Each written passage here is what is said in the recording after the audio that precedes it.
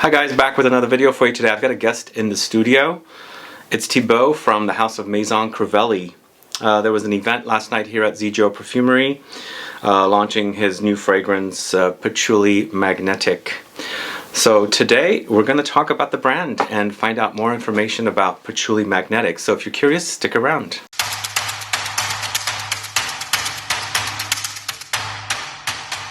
Thanks so much for tuning in. This is Sebastian and Thibaud, thank you so much for coming by. It's a pleasure to be here. Yeah, you're welcome. Hello everyone. How do you like San Francisco? I love it. Yeah? I love it. It's my second time in the city. Oh. And I kept the best for the last in my US trip of this week. And so I'm spending the weekend here as well to enjoy a bit before going back to Paris. Okay, nice. So tell me about the brand. How did you get it started? So I launched the brand, it's already 3.5 years ago. I mean, it's a very new brand, but it's been a very long journey already. I launched it actually with an objective, which is to surprise people with perfumes they have never smelled before. So that was really the creative idea in the beginning. And what I decided to do is to take inspiration from moments that I had lived when I was myself surprised while discovering a perfume ingredient. And so with this in mind, what I do is I brief perfumers to encapsulate the whole experience into a scent. I see. And so I send them a mood board with like photographs, videos, descriptions of people I met, some dishes I could taste, sounds I could hear. And so it's this whole synesthetic, like multisensorial experience that we bring in the perfume. And then the result is that the perfumes are, I would say, complex, very original, yet approachable and very wearable. And there's always like, if you think of a classic note, we would totally twist it and work around the ingredient in a very original way. Cool. Yeah. So when you launched in 2019, right? How many fragrances did you launch with? We had 4 in the beginning. Santal Volcanic, Bois d'Achai, Rose Saltifolia, and Fleur Diamantine. And gradually we launched like 1 perfume every 6 months. And so those were EDPs. And in September last year we launched the very first extract, HIBISCUS MAHAJAD, in partnership with Quentin Biche. Which has been, I must say, an amazing success, and I'm so happy. And we just launched the second perfume, still with Quentin, which is Patchouli Magnetik. When I did my Zoom video with you, you mentioned you were going to work with Quentin on the red bottles, the extracts. Yes. So actually all the extracts in this collection will be done in partnership with Quentin, and I'm really happy about that. Then we're looking, of course, at launching like maybe a retailer exclusives or some not limited editions, but kind of I will name it Collection Particulière, which is kind of another collection in the portfolio. But yeah, all those extracts in the red lacquered bottle will be done with Quentin, and I'm really happy about that. Cool. What's next after the patchouli? Can you give us a clue? I can. We're just starting to announce it. It's an amber. Ooh. That's coming very soon. From patchouli to amber, and 2 of my favorites. I'm really happy about this perfume because it's taken us actually a long time to launch an amber perfume. There are still notes, we don't have in the collection. We don't have oud, we don't have vanilla, we don't have. I mean, we still have a lot of raw materials. Catching up to do. Yeah, but amber for me was really a note or a fragrance family that I wanted to work with. And because I simply love it, and it took us some time, but now the amber we're going to launch is just wow. So I'm really excited about that. Cool, yeah. So what is your biggest sell? Well, before I ask you that, how many fragrances do you have in the collection now? Today we have 10 eau de parfum and 2 extracts. Okay. And what is your biggest seller? By far now it's HIBISCUS MAHAJAD. Interesting. Yeah. This is which has been like from day one, it's been a hit, I must say. I think when we launch a perfume, we quickly know the response from even like the beauty ambassadors in the stores. I also spend a lot of time in the stores myself. So, and the level of sometimes you don't need to speak the other person's language, but everything happens with the eyes. Like I saw so many, like such a positive response, and like 2-3 days after, people just started to come back because they told me like the perfume lasts so long, diffuses so well, and I get so many compliments that I was very happy because our intention with this extract was to really propose, with this collection, let's say, was to propose scents which have impact, immediate impact, very high, I don't like the word projection, I prefer the word sillage, maybe because I'm French, I don't know, but I like this kind of a trail, but not overwhelming, because sometimes extracts can be, very overwhelming, but we wanted like a refined elegance, and we wanted luminosity. So like to have a flamboyant perfume, and I think that's the clue of its success today, because it's very gender free, it's diffusing so well, and actually people just love wearing it and smelling it. So we have it gets a lot of attention. That's awesome. Which is great. Yeah. Well, then how does the iris do? The That's iris my is our favorite. second bestseller. Okay. That's good. I must say also I got very positive response on this scent, because iris, let's say, is one of the iconic perfume ingredients, but it's usually like it's worked with in a very linear way, let's say, or in one specific direction, which is clean, powdery, leaning a bit more towards feminine, kind of, makeup perfume. And when I thought of my most surprising experience with iris, actually I thought of a moment when I found iris flowers on the edge of a desert. I had driven a car in the desert, which is a very fun experience, by the way. You kind of slide above the sand, and I was with my partner, and we found a village and an oasis, and there were beautiful iris flowers.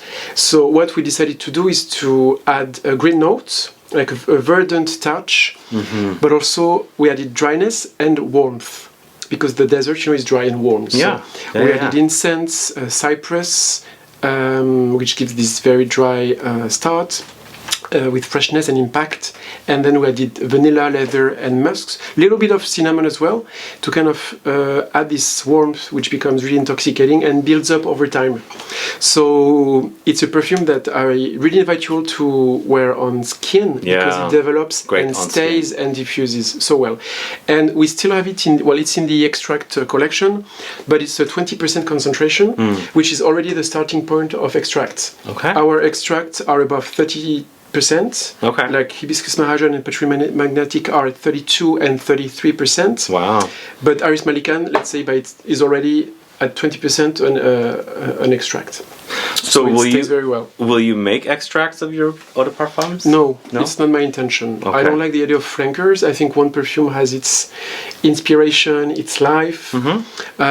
It could be very delicate skin, like close to the skin, or it could project, or this is it. You don't want to change this. Exactly. Yeah. You'll make a new perfume as an extract, but yes, and I would not create another extract out of iris. In the short term, I might do it with oud, maybe one day, because that's an ingredient which is so rich and complex that it's really easy to take several directions, several creative directions. And I also experienced oud in a surprising way quite a few times. Okay. So I have a lot of ideas.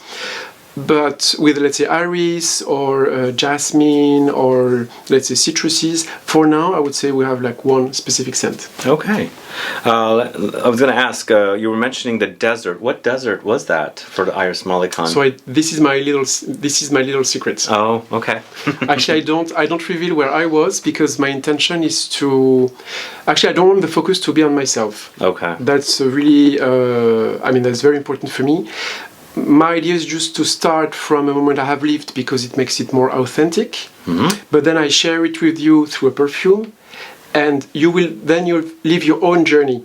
So if this perfume takes you to, I don't know, Sahara, whichever desert you've ever visited, or it could be somewhere else. Death Valley. Death Valley, or it could be, because there's a cypress note and you feel this dryness, it could be, or maybe even a garden in the Mediterranean, sea, whatever, that's fine. Okay. Actually, I would use another perfume to explain you why I never mentioned where I was. Rose Saltifolia is one of our also iconic scents. I wanted to create a rose which is the opposite of the classic rose, and I wanted the rose to be very modern and gender-free. And I thought of moments when I encountered with roses by the seaside. I was with my family. I was about 14, 15 years old. We were walking along the seaside. It was low tide. There was a sunset with beautiful colors, flamingos, and I smelled roses. Okay. So I decided to create on a salty rose perfume. which combines rose, SALTIFOLIA, and seaweed. And actually, when people smell it, it's quite insane, but people mention to me places, memories, which are so different. Wow. A garden in New Haven, someone mentioned to me Tahiti, Australia, Lebanon, Wow.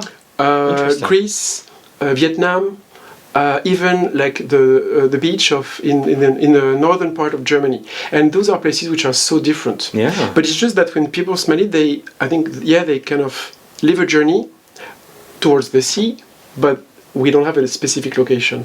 Okay. So that's why I don't take inspiration from traveling. What matters to me is not where I am or where I go. It's more how I live the moment, how I capture things around me. Okay. And we don't need to have like we can be. I mean, we need to be active to do that, but we don't need to, let's say, move our body. I'm not sure it's proper English, but it's not about where we are. It's more about how we capture things. So your brand is not travel focused. It's all experiences on travels or any day. I mean, it happens for most like perfumes I was not in my hometown. But I still believe that we can travel the world, but if we discover it with a closed mind and if we don't open the perspective, we will lose a lot of opportunities and, So let's say it's about experiences, Okay.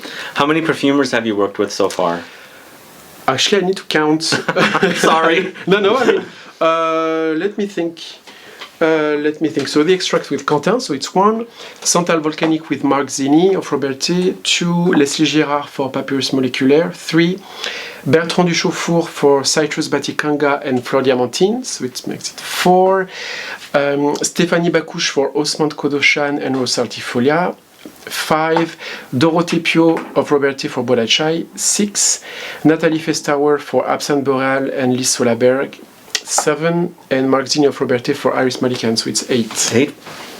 Yeah, which makes it a very rich journey as well, because I'm not a perfumer myself, so it was important that I found very perfume experts, to work with.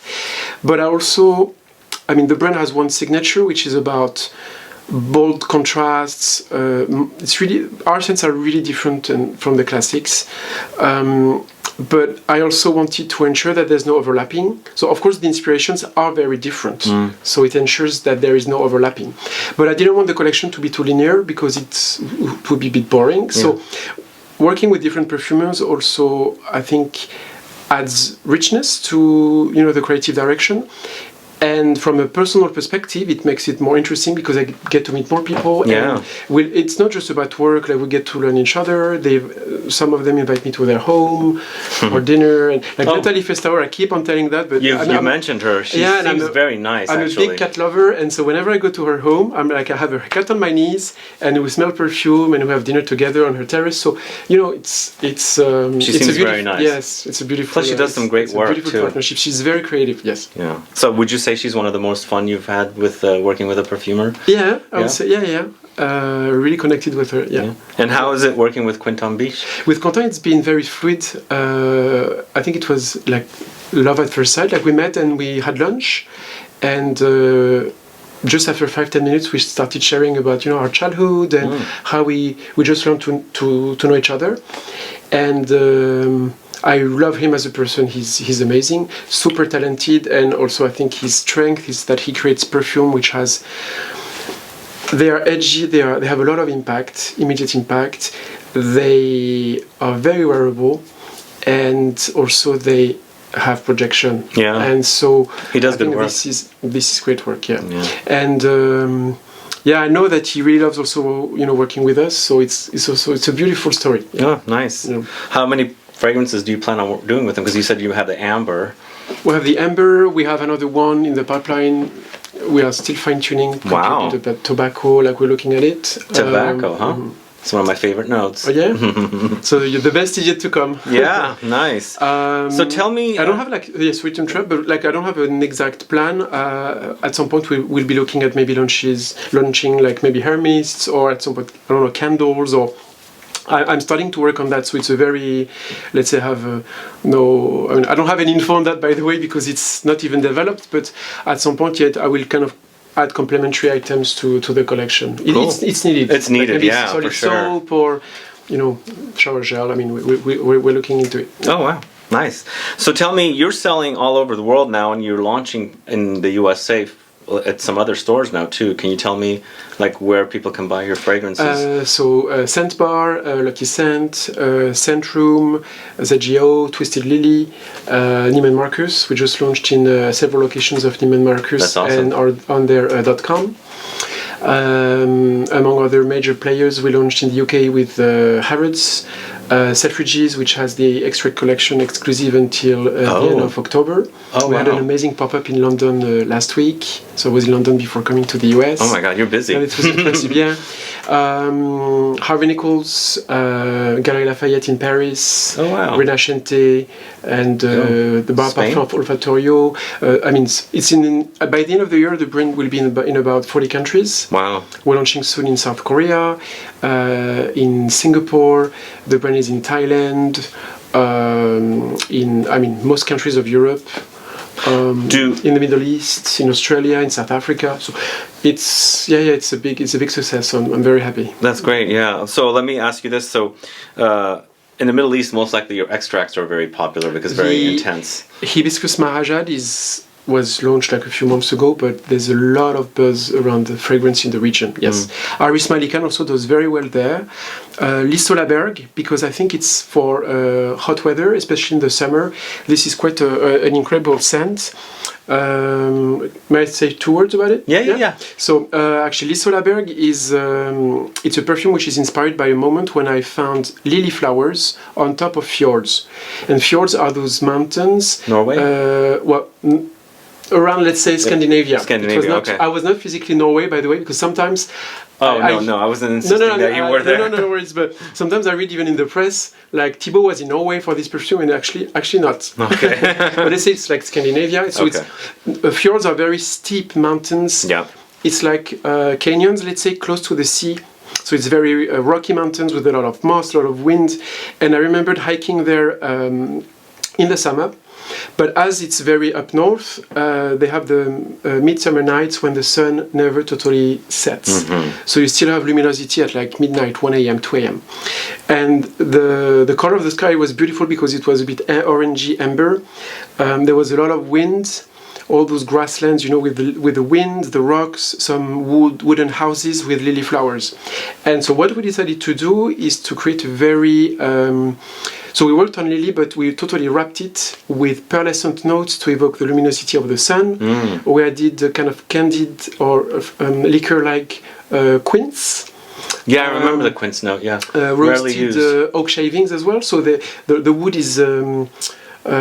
smoky? A bit smoky, but it's the wood which comes from the wine barrels, so it's kind of infused with a bit of an liqueur or something. Okay. We added ambroxan, a lot of ambroxan, Everneal, which gives a mossy dry down. So it's a very original take on lily. I do like this one. It's not like the clean floral spring-like lily. It's very woody to me. It's woody, it's mossy, a bit sweet. So it's perfect for the summer. And actually in the Middle East, they love it in the summer because it diffuses, but it's eau de parfum. So it's not the same projection as our extracts. Yeah. But it makes it a very summer-like perfume. Yeah. So tell us about the new one, Patchouli Magnetik. Patchouli Magnetik. It's a very beautiful story. So actually, patchouli is a very it's one of the iconic perfume ingredients. But usually, honestly, it's always included in perfumes which are a bit similar, maybe with amber or kind of old chypre, perfumes.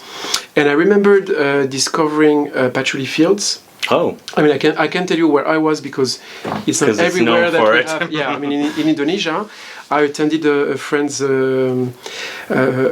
wedding in Bali, and then I jumped on 2 flights to reach another region of the country called Sulawesi. And in the south, there are many areas there's a lot of perfume ingredients. Actually, I found like clove trees over there in Sulawesi. Yeah, on hills like next to the sea, which is known the for best coffee, place. I think. Coffee, yeah. There was also coffee in Bali, but yeah, Sulawesi is good for coffee. Chili, lemongrass, vetiver. What else? So it's a perfumer's heaven for yeah, them. a lot of they have a lot of fields there. It was honestly right in the middle of the jungle because from Bali it took me 2 flights to reach the first city. Wow. Then it was like a 5-hour drive. Wow. And I just slept like in a small wooden house like next to the workers. And then the next day we took a motorbike. And I remember very well there was an old man next to me in the morning. He was kind of cleaning like the floor in front of his room. He was burning some grass. Oh wow! There were some frangipani trees. I could hear the rooster in the morning, and then we started with the motorbike for about an hour. Sometimes a bit scary, I must say, because the paths were very narrow, and we would just, there were rivers, and we would just use a wooden bridge, which was like that wide. So when you're on a motorbike, honestly, it was kind of scary. And then we arrived to the field. There was patchouli, like the real patchouli tree or plant, let's say. Yeah. Some leaves which had been cut and which were drying. So can you smell it in the air when you were there? Not so much. I mean, I had to get closer to it. Oh, okay.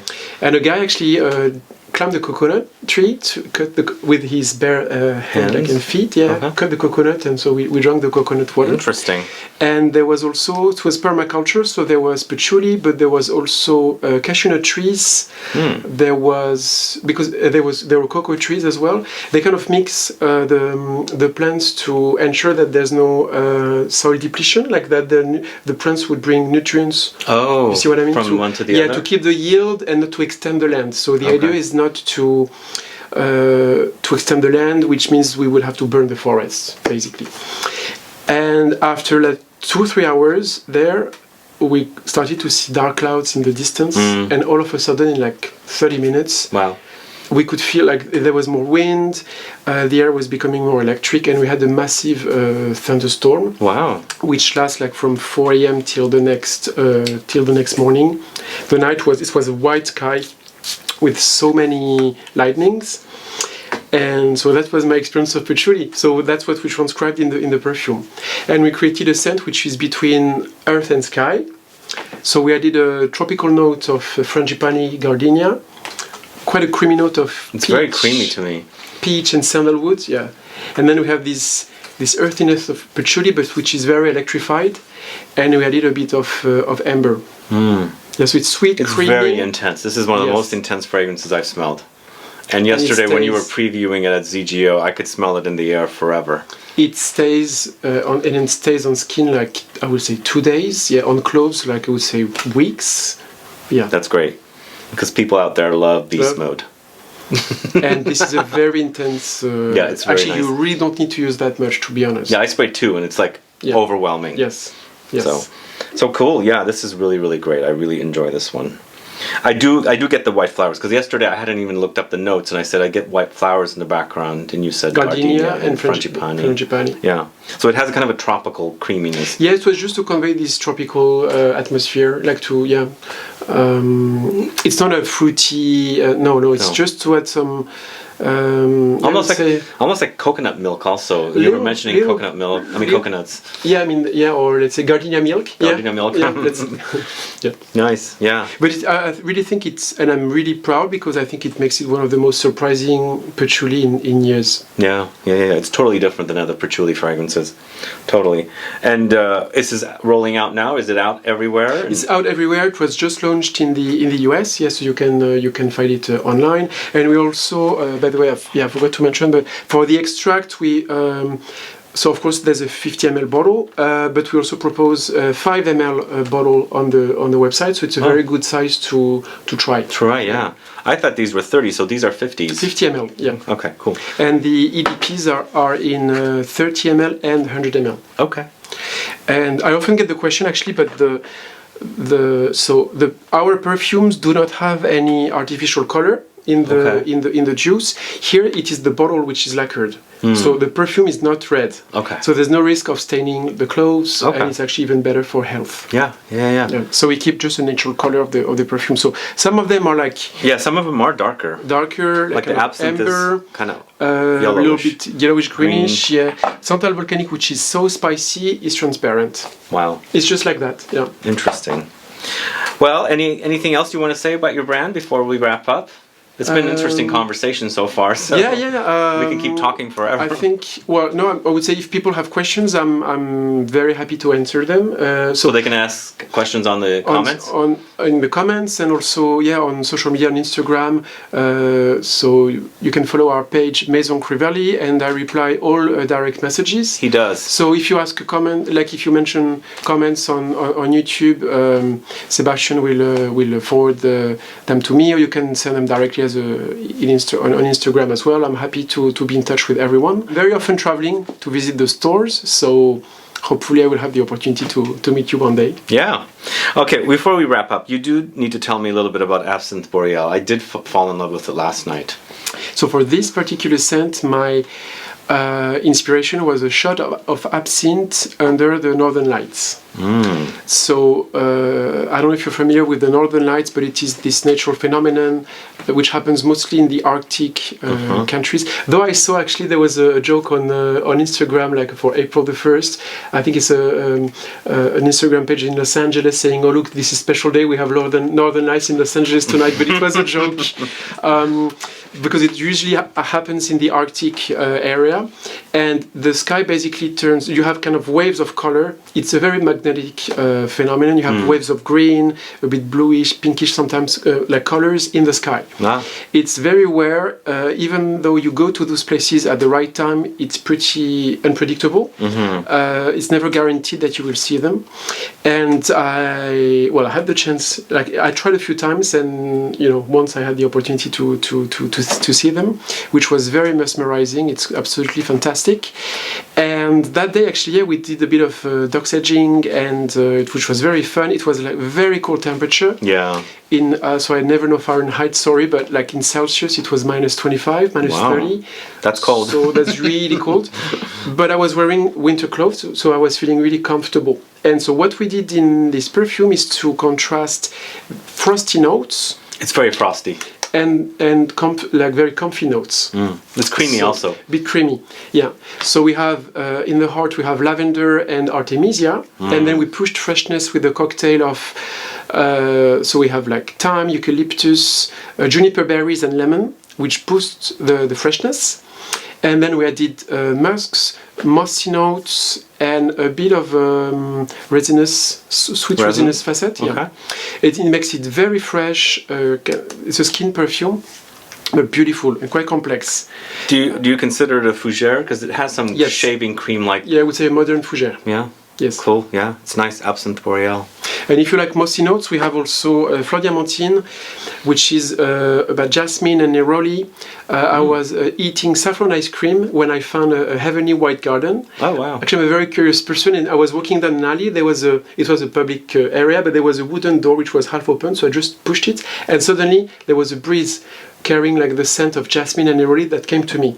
Wow! And so here we basically conveyed this idea of very ethereal, freshly blossomed flowers, where I did a lot of saffron and a creamy touch of almond to evoke the creamy touch of the ice cream. That sounds nice, yeah. And the luminosity, because I ended up just laying on the grass, smelling the flowers and looking at the sun through the trees, which was a beautiful moment. And FLEUR Diamantine actually combines really well with the Absinthe Boreale. Really? Because Layer I think I do layer them sometimes, and I also layer two other perfumes of our collection, which are Santal Volcanique and Papyrus Moléculaire.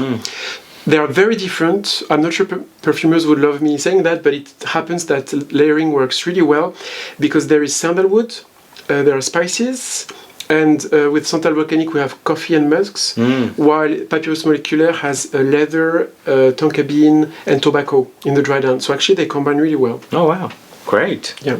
Nice. I wouldn't layer the extract, so. No, it's not needed.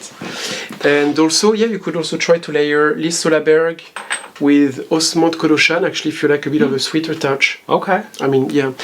I never create to layer perfumes, and they can definitely be used by themselves, like alone. Yeah. Cool, guys. Thanks so much for tuning in today.